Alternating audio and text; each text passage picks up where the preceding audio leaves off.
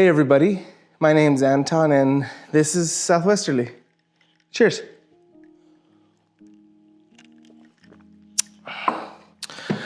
This week we are making state trays. These are 1/4-inch poplar that we ran through the CNC, designed them to be the shape of the state. And they're kind of just like little catch-all trays. So they hold change, they hold keys, they're really nice on a desk, super simple to make, affordable, quick little project. They're great sellers and they're great gifts. Now, want to spend just a quick little minute explaining what the series is gonna look like. What is Southwesterly gonna look like moving forward? Every week we're gonna be publishing a video and there's gonna be 3 parts to the video. First part, design. We're gonna take you through the design process of whatever it is that we're building that week. Second part, build. Pretty self-explanatory. We're gonna build the product that we're designed. And then lastly, we have share. And what I wanna do with share is I wanna be really candid and transparent about how much these items cost to make. So I think with design, build, and share, you're able to see how this product is made, decide if this is product for you, and then from there, you can either choose to make it yourself with the information that you just learned. You can go to my website where I'm gonna make a really limited run and have these items for sale, of each state, of course. Or you could just choose to purchase the digital file where I have an Illustrator PDF, DXF, what else? AI file. All of the files that you need so that you can load it into your design software and get it printed yourself. So we have 3 options for you to do, but that's how these videos are gonna move forward. So the structure of all of our videos are always gonna follow those 3 sequences: design, build, and share. So with that said, let's get to it. Let's get designing. All right, let's get to designing. So first thing we want to do, I opened up Illustrator and I just created an artboard 8.5 by 11.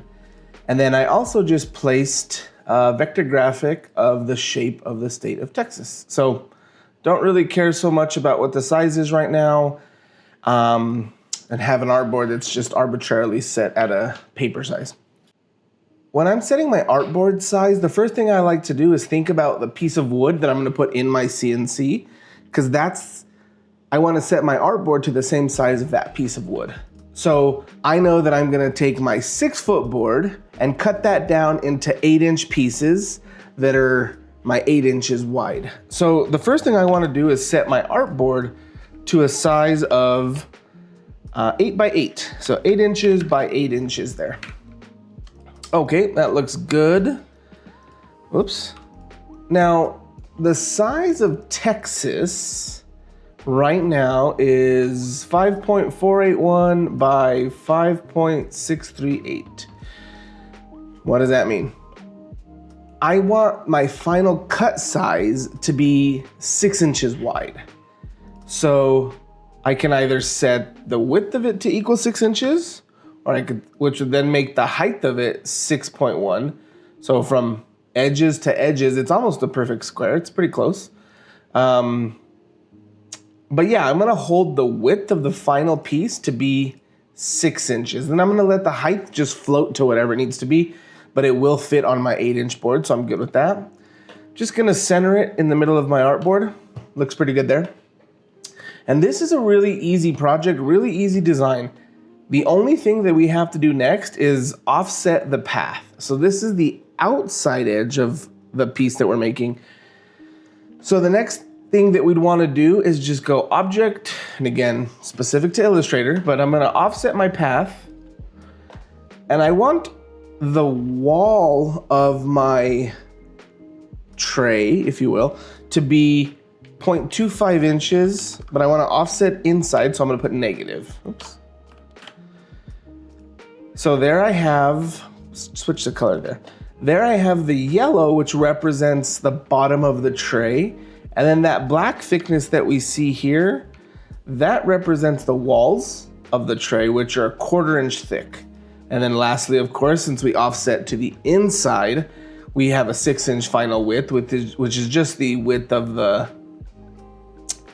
final piece again. If I look at the width of the yellow piece, which is kind of basically the width of my tray, that's 5 inches. I always keep a ruler around, super handy.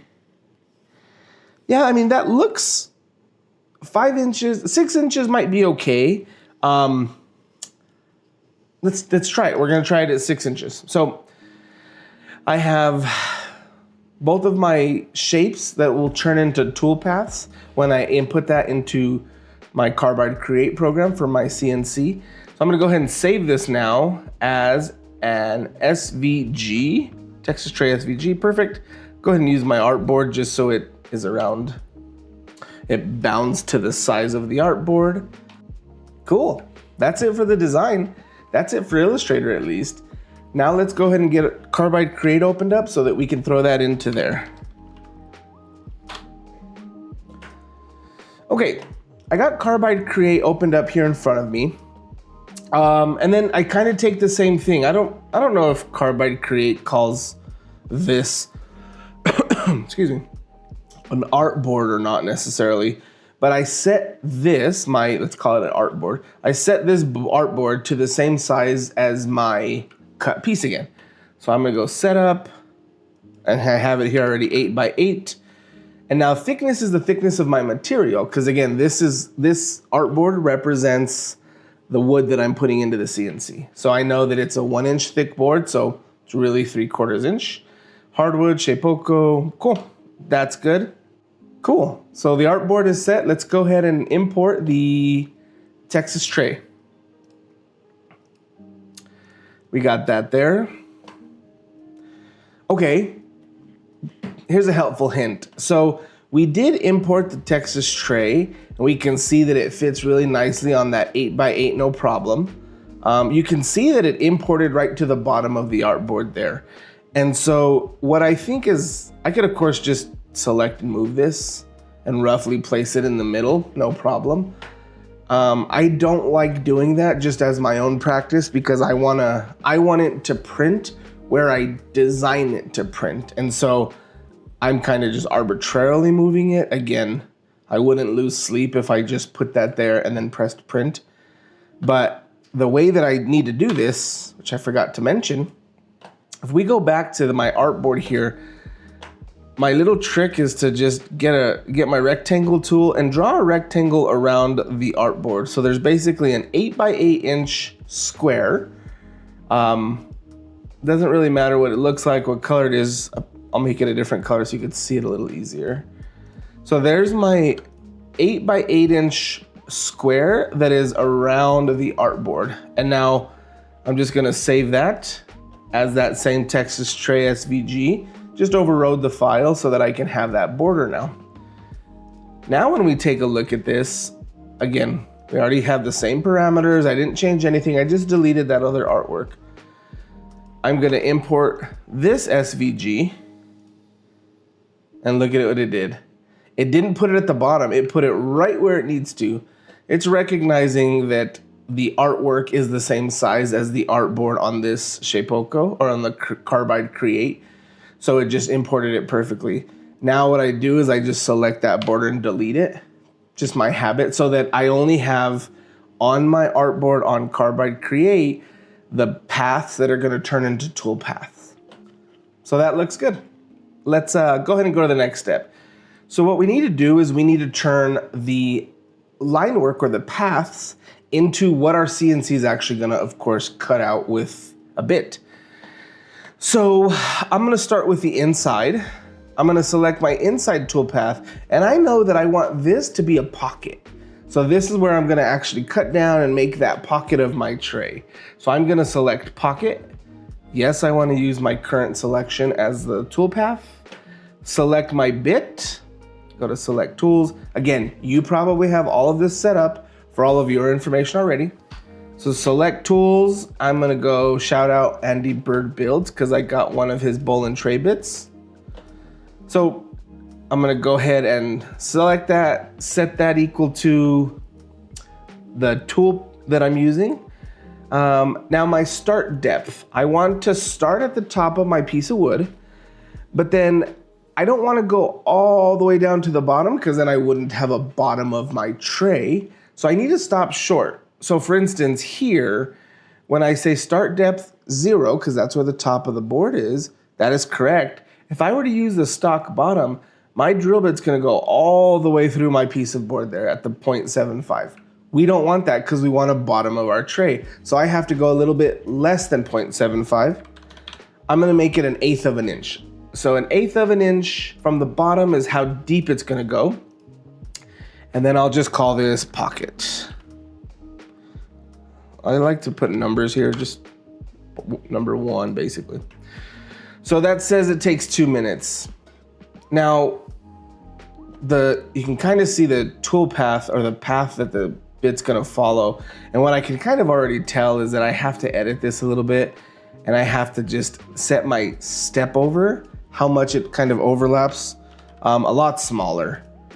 So it'll kind of overlap more of its same path, but that'll help reduce the number of ridges that I'll have to sand out and just create like a finer finish on the bottom. So that looks pretty good. I might even go a little bit smaller actually. Let me see here. Edit. If I went, oops. 0.0625. Okay. Ooh, nice and tight. Yeah, 5 minutes is the approximate run time for that path. No problem. I like that. Okay, cool. So let's go ahead and get our other toolpath, our last and final toolpath set. So I'm gonna select this outside shape that I know I wanna cut out. I'm gonna select contour, because we wanna contour that one. Use my current selection. I gotta make sure that my drill bit is set to the correct tool. Shout out Ryan, I love their Golden Girl drill bit. Some might say that this drill bit's a little too rough. I don't run it super fast, and then I still do hand finish it, so it really works perfect for what we're doing here for me. Again, use whatever drill bits you have, but we want to use either a down cut or an upcut, some type of nice drill bit that we can have, because this will be the finished edge. We want to start at the top. We want to go all the way through though, of course, because we want to be able to take the shape out and cut the shape out here. So our max depth will be the whole depth of the board. The red line, the red dashed line that you see there, that's the artwork or the path. And so the blue line represents where the actual CNC router bit would cut. So you can see here where it says offset direction, inside left. If I were to select inside left as the offset direction, the blue line is where the bit's gonna cut, which would actually be inside my final cut piece. So my final finished piece would not be 6 inches because I'm gonna be cutting on the inside of the line. If I selected no offset, the drill bit will follow a path that is exactly on top. And so therefore, it still won't be a final cut piece because that drill bit has a little diameter to it. So it's gonna cut a little on this side and a little on this side, so it still won't be it. So we really wanna make sure that our path is set to the outside. And so here you can see my blue line is again that drill bit path and it's gonna cut to the outside. So my final piece, which we designed for, that red line, will be consistent and it'll be that 6 inches that we anticipate. I do need some tabs here because I don't want to cut through this and then have that piece of material move. So I make my tabs 1/4 inch wide by 1/8 inch high. It usually works out okay for me. And then I'll just put contour as my name for that. Cool. So I'm going to have it pocket first and then it's going to turn around and then do its contour cut. Let's take a, oh, now we have to go back and add the tabs. So go back to design. I want to add my tabs on this toolpath. So I select that toolpath, come here, click to add my tabs, put one there, and probably about there. Should be good.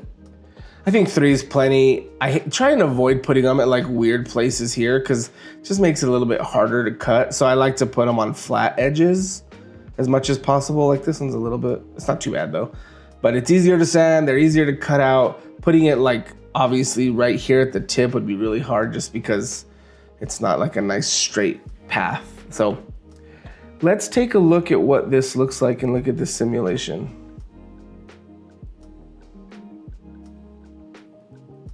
Kind of set to slow, but perfect.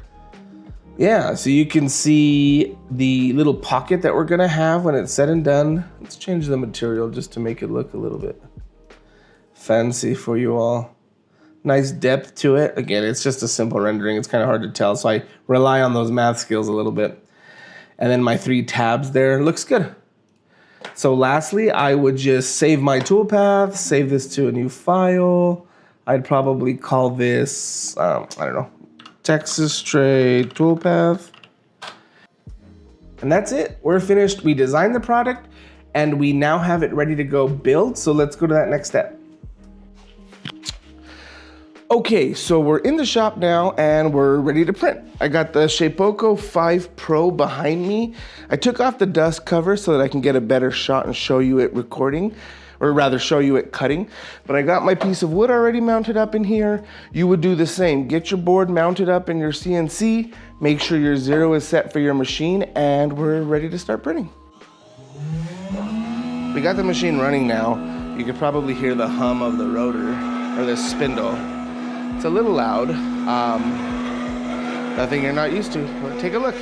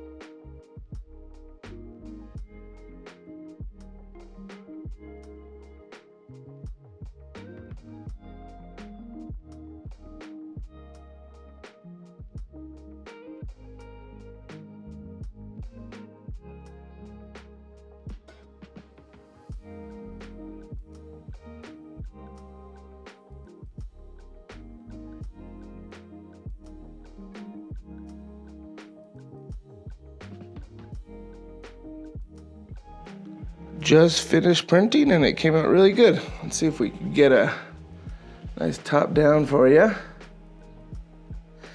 If I zoom in here, you might be able to see the tabs. Let me see what I could do for you. That's the big profile view of it. Looks good, or plan view rather. So you'll see a tab right there. I think I only put the 2. There's another one right there. Oh, 3. So 1, 2, and 3. Yeah, you could see those 3 tabs perfectly there. And 3 was totally enough. Yeah, didn't need more than that. Feel good about 3. Okay, since it's all done, we're gonna take it out of the CNC. I'm gonna cut off those tabs, which I'm gonna spare you that part because I don't think you need to see that. But we're gonna cut off those little tabs. I usually just use the multi-tool. So we're gonna cut off those tabs and then I'm just gonna give it a light sanding. I'm just gonna actually keep this natural. I'm not even gonna go through and stain it. You could stain it if you wanted to. That's probably what I would do. I don't think I would make it like I could put mineral spirits so that it's food grade and food safe. But in other words, yeah, that's it. Basically, we got the CNC cutting done. Let's go wrap up in the studio. Okay, we got the design done. We cut the product and we got the build finished.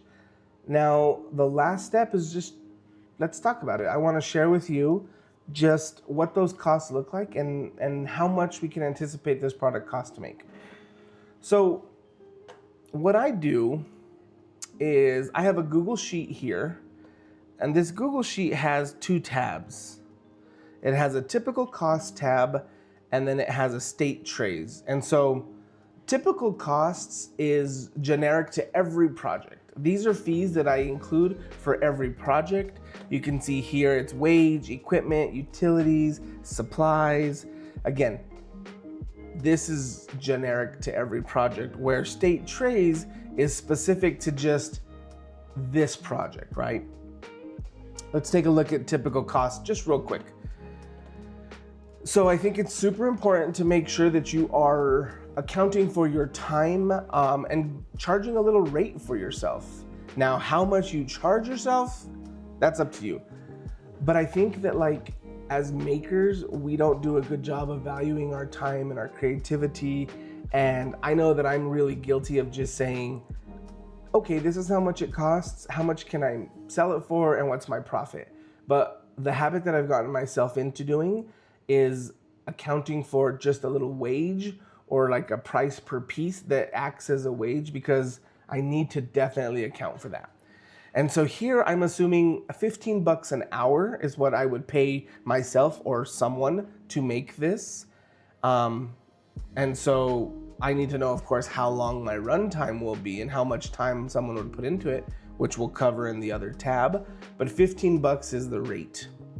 Equipment, again, really important to account for the maintenance, the upkeep, the repairs, and even the replacement of your equipment. And the way that I do this is that for every minute that the CNC runs, and really any of my machines run, I assume 10 cents that I'm gonna charge for every minute that it's running, which equates to $6 an hour. You may charge more, your machine may cost more to replace.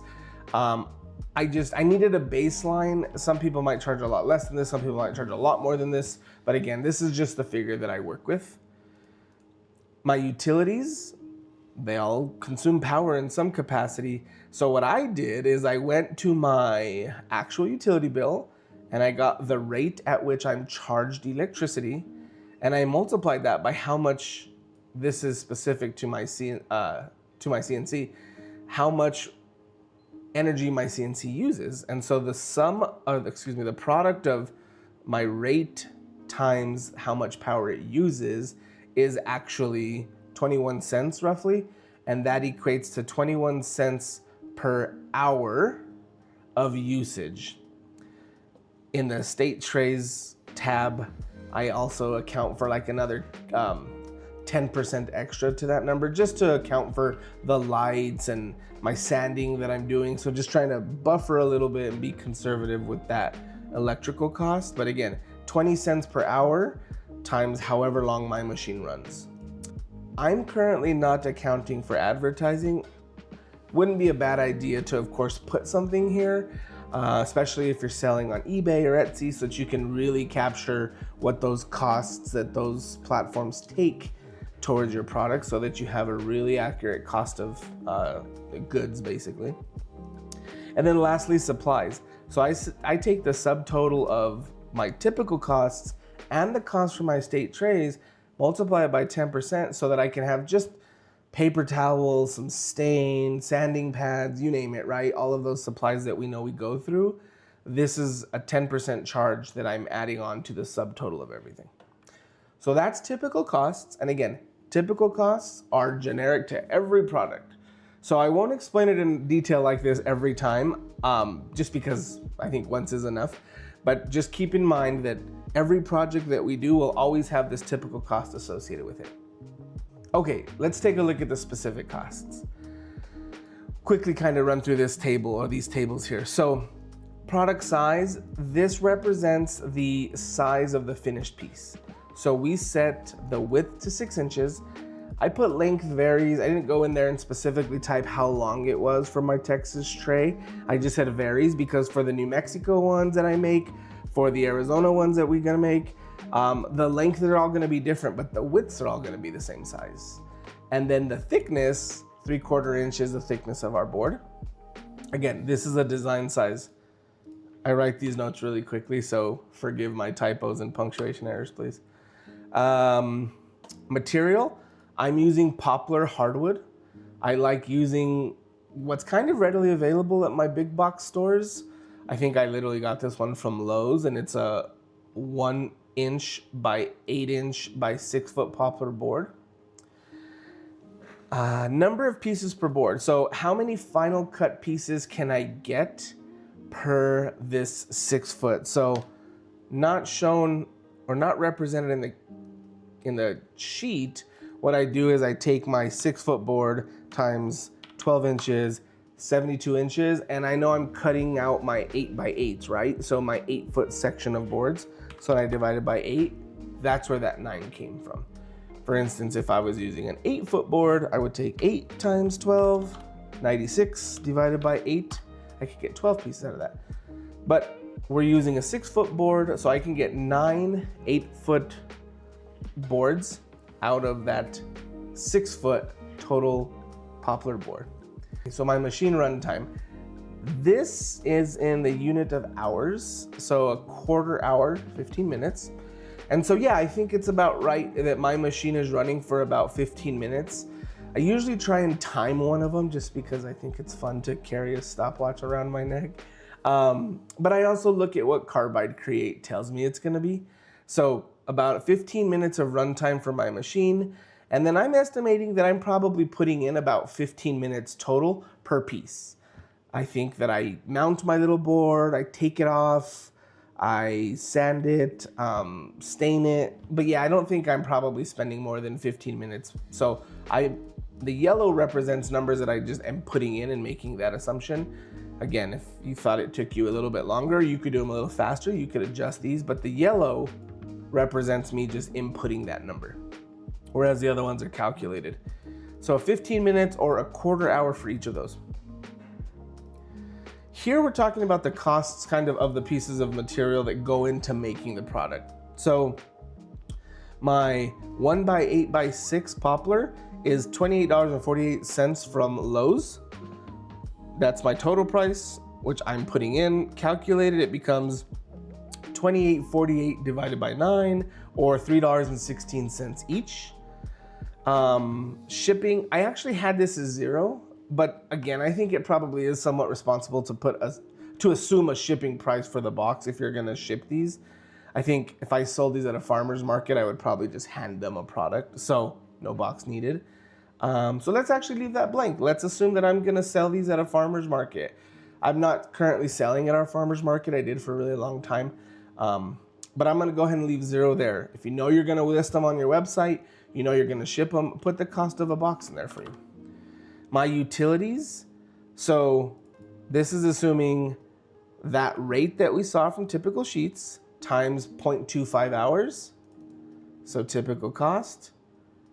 And then it's actually multiplied by 1.1 to add in that 10% that we talked about, which is why it's 0.1, times B8, which is our machine runtime.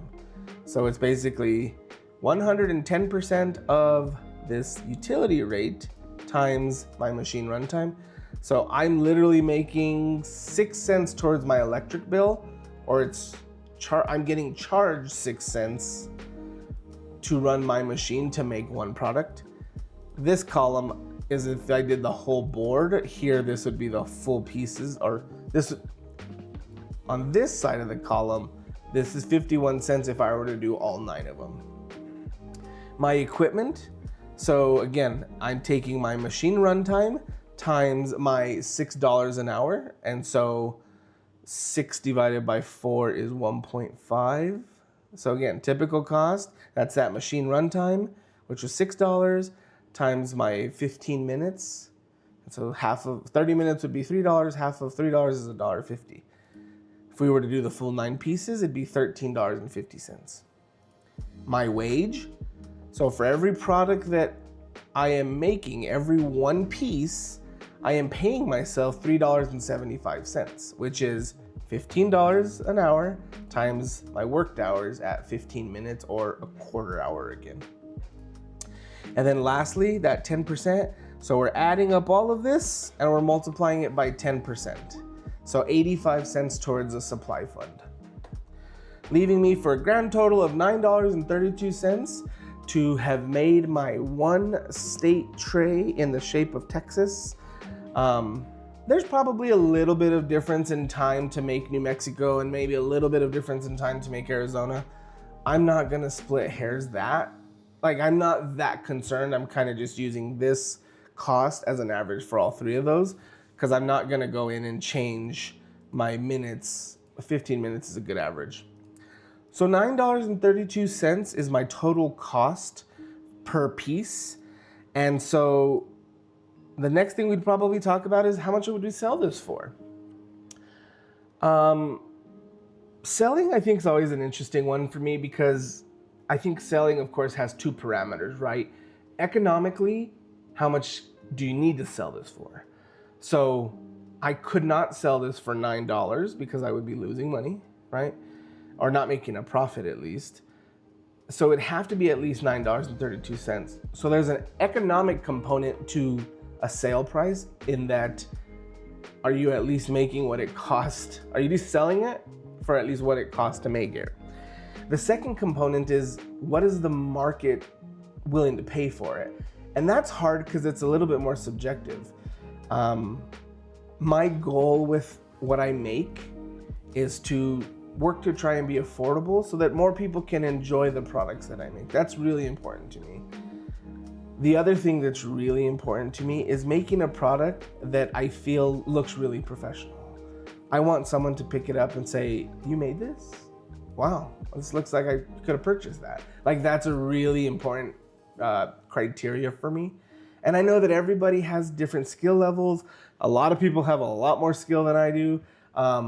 But that's just something that really resonates with me, is making a product that I think is, it has a nice finish to it and it looks really worthy, and it doesn't look so much like it just little old Maker Anton made it, right? I want it to look really professional.